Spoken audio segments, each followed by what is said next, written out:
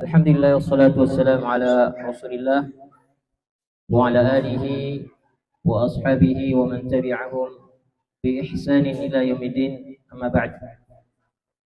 Ma'asyiral muslimin, santri-santri putri yang dimuliakan oleh Allah Subhanahu wa taala, jamaah maghrib, ikhwan wal akhwat yang Allah senantiasa jaga dan senantiasa dirahmati, dimuliakan oleh Allah Subhanahu wa taala. Pada malam ini kita akan belajar atau mengkaji hukum-hukum tentang fikih berpuasa di bulan Ramadan. Kita akan ringkas karena waktu yang sangat terbatas, maka tolong diperhatikan kepada santri putra dan putri, betul-betul fokus menulis karena hasil catatan dan tulisannya akan diminta, ya, dikumpul nanti. Baik, puasa dalam bahasa Arab disebut dengan as-siyam, yang artinya menahan. Jadi puasa, as-siyam, as-shaum artinya menahan secara bahasa. Adapun secara istilah adalah menahan dari hal-hal yang membatalkan puasa, mulai dari terbit fajar sampai terbenam matahari, karena mengharapkan pahala dari Allah Subhanahu wa taala. Itulah makna daripada puasa. Sekarang kita masuk golongan yang wajib berpuasa. Siapa saja yang wajib untuk berpuasa?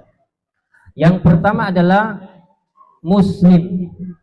Dia harus Islam dulu. Jadi orang kafir tidak wajib, bahkan tidak sah, tidak diterima kalau dia berpuasa sampai dia bersyahadat hingga masuk Islam terlebih dahulu, barulah kemudian diterima puasanya.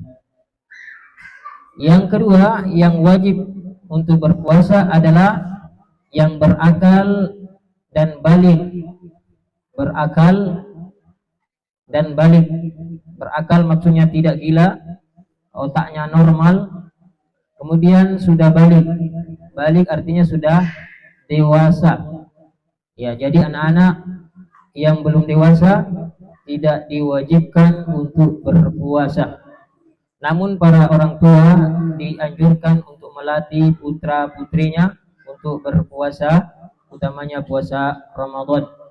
Kata para ulama kita, di antaranya Imam As-Sakhawi, pahala orang anak kecil yang berpuasa akan dicatat dan amal kejelekannya tidak akan dicatat. Ya, itu kelebihannya anak-anak, ya. Kalau mereka berpuasa, beramal soleh dicatat, beramal buruk tidak dicatat. Ya. Yang berikutnya yang wajib untuk berpuasa adalah yang tidak punya uzur, yang tidak ada halangan. Ya, halangan seperti sakit, safar, haid bagi wanita dan nifas. Nah, ini selama dia tidak punya halangan-halangan tersebut, tidak sakit, tidak safar, tidak haid dan tidak nifas bagi wanita, maka dia wajib untuk berpuasa. Ya, faman kana minkum maridan aw ala safar fa'idatu min ayyamin ukhra. Siapa di antara kalian yang sakit atau dalam keadaan safar, maka hendaklah dia mengganti puasanya di hari-hari yang lain. Kemudian wanita yang haid dan nifas juga tidak boleh berpuasa. Ya. Baik, ini beberapa kelompok yang wajib berpuasa. Kemudian kita lanjut ke berikutnya, rukun puasa. Yang pertama adalah niat. Berdasarkan hadis Nabi, "Man lam yujmi' as-siyama qabla al-fajri fala siyama lah." Siapa yang tidak berniat sebelum waktu fajar, maka tidak sah, tidak ada puasa baginya. Ya. Jadi hadis ini menjelaskan wajib menghadirkan niat ketika hendak berpuasa, dan niat ini harus dilakukan di malam hari sebelum terbit waktu fajar. Dan niat ini tidak harus dan tidak wajib dilafaz dilafadzkan, cukup di dalam hati. Ketika seseorang sudah berniat untuk puasa, itu sudah sah. Ya. Kewajiban meniatkan puasa Ramadan itu hanya terjadi di bulan Ramadan. Kewajiban berniat puasa Ramadan hanya terjadi di bulan Ramadan. Adapun puasa mengganti tidak mesti harus berniat di malam hari. Boleh berniat di siang hari, di pagi hari. Puasa sunnah, puasa nazar, niatnya boleh di pagi hari. Kalau puasa Ramadan, berniatnya harus sebelum terbit fajar.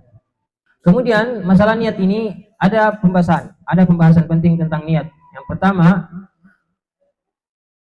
apakah niatnya puasa Ramadan ini setiap malam sebelum fajar atau sekali di awal bulan Ramadan? Ya. Ada yang mengatakan, yang pertama mengatakan cukup di awal Ramadan. Di awal Ramadan dia berniat puasa sampai akhir, itu sudah dinilai berniat. Ya. Pendapat ini dengan syarat niat puasa 30 hari itu tidak putus. Dalam artian selama bulan Ramadan tidak sakit, tidak safar. Maka orang yang berniat selama sebulan, selama tidak putus dengan sakit, dengan safar, atau hal-hal yang lain, maka sah puasanya.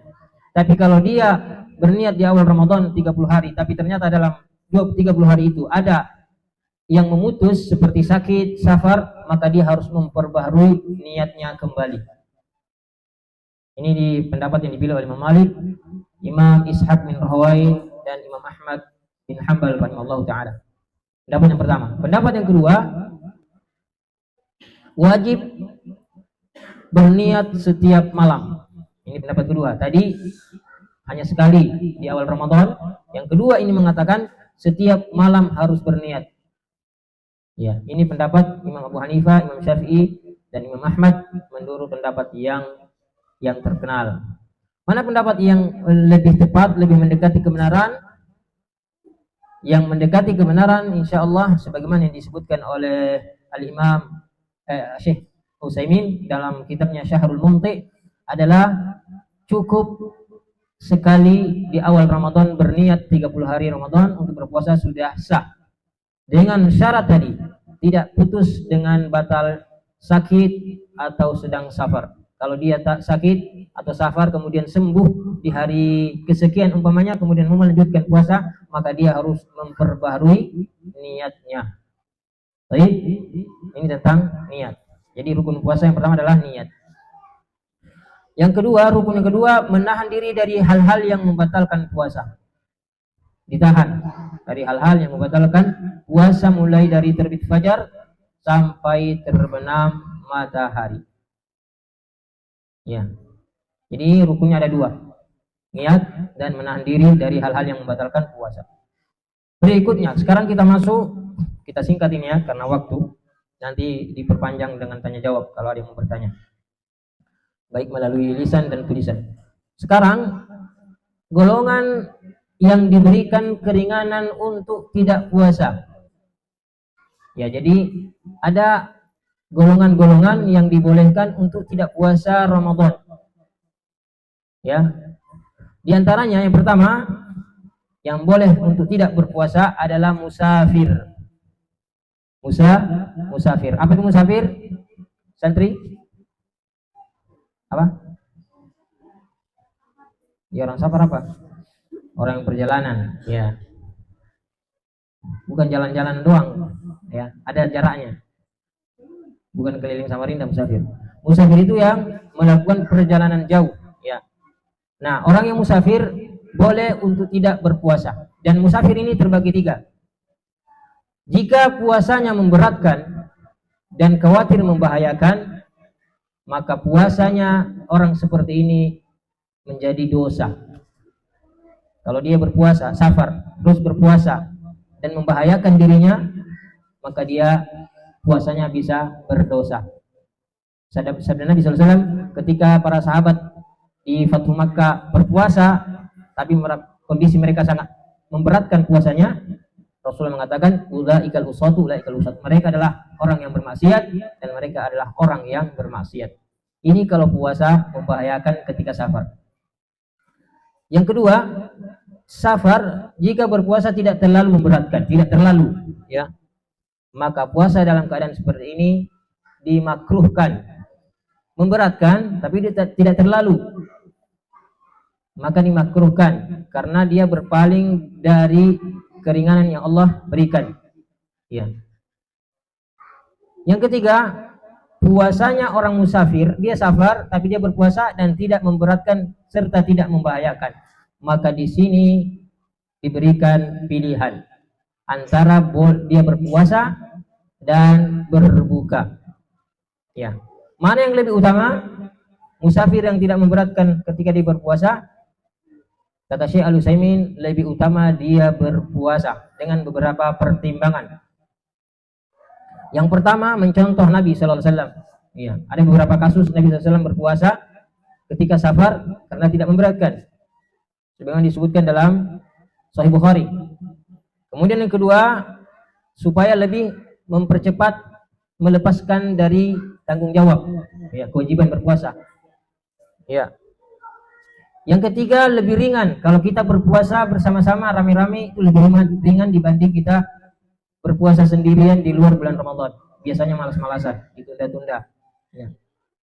Keempat, keutamaannya karena berpuasa di bulan Ramadan jauh lebih afdal daripada berpuasa di luar bulan Ramadan. Ya. Ini musafir yang mampu, tidak membahayakan. Itu alasan-alasannya. Namun tidak diingkari kalau dia berbuka. Ya, kita hanya menjelaskan mana yang lebih utama, berpuasa bagi musafir yang tidak membahayakan dirinya.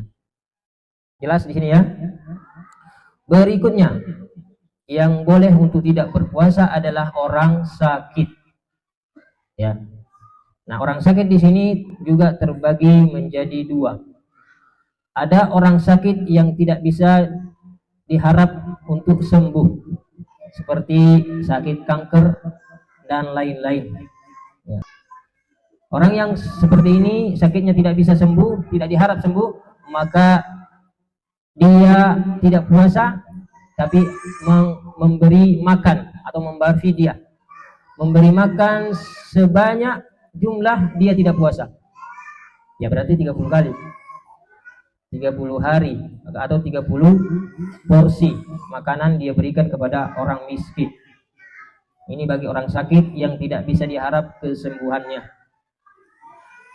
Yang kedua, orang sakit yang diharap dan bisa diharap sembuh, seperti demam, sakit kepala, ya dan lain-lain sebagainya.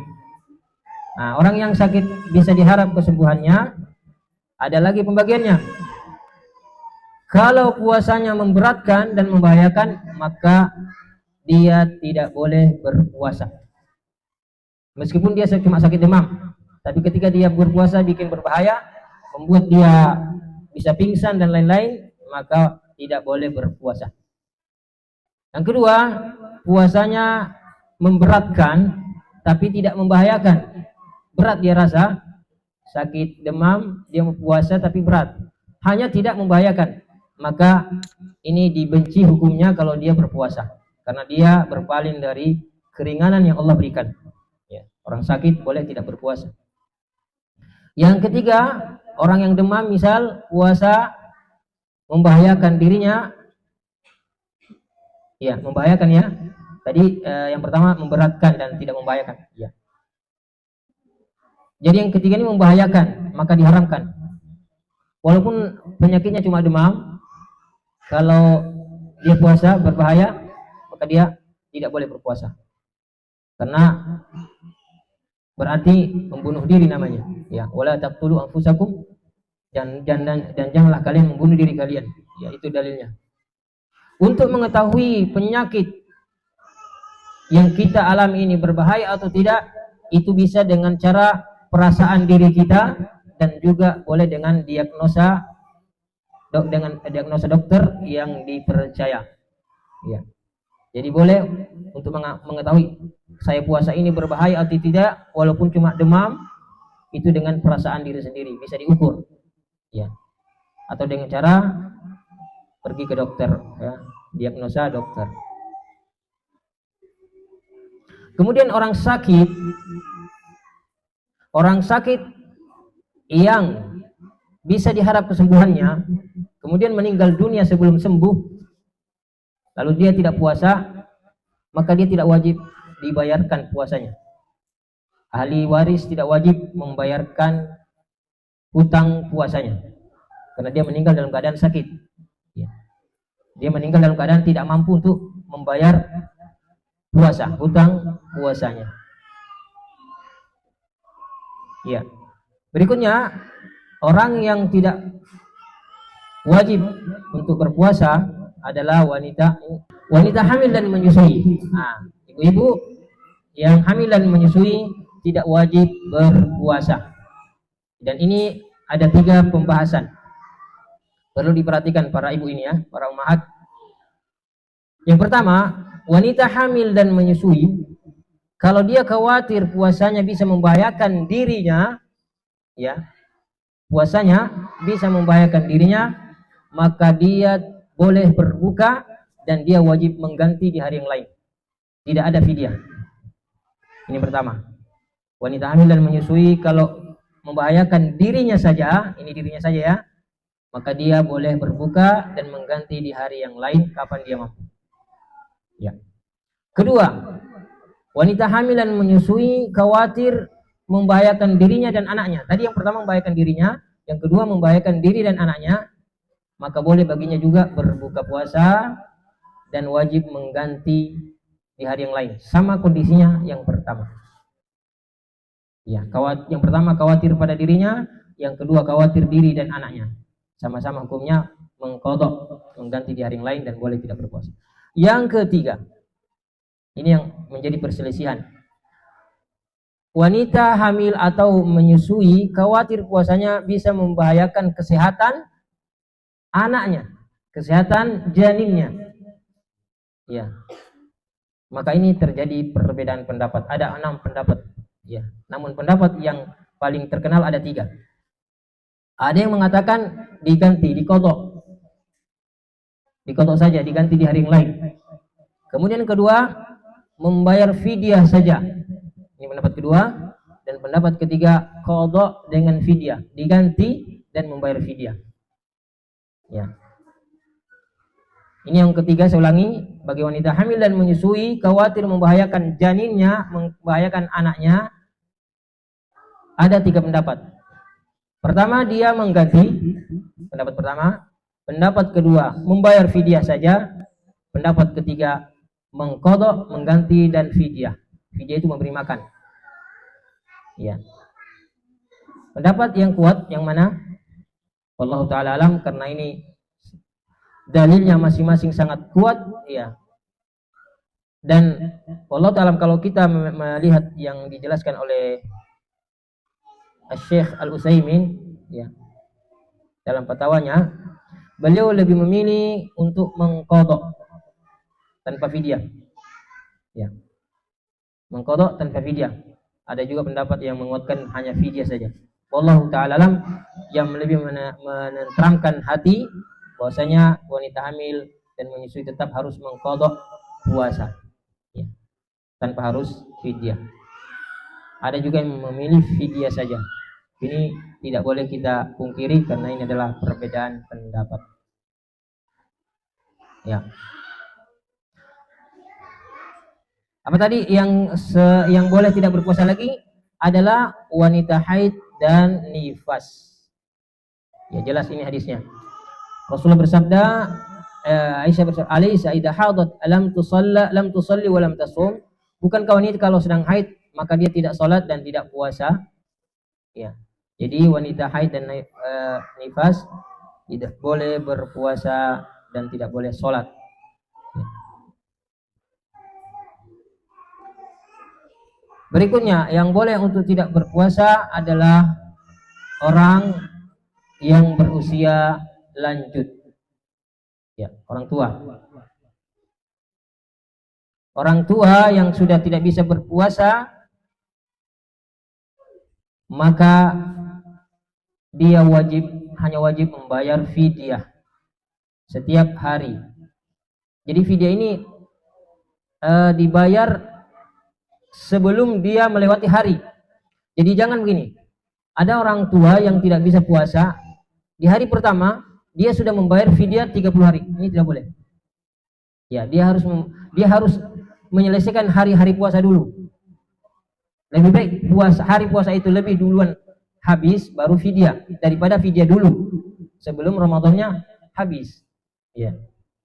Jadi fidyah Ramadan dulu, hari-hari Ramadan dulu dihabiskan, dilewatkan, baru kemudian fidyah. Artinya fidyah itu mengikuti hari.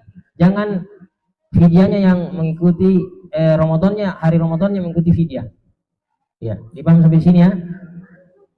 Jadi jangan mendahului hari Ramadan dalam pembayaran fidyah. Baik, sekarang kita masuk pembatal puasa.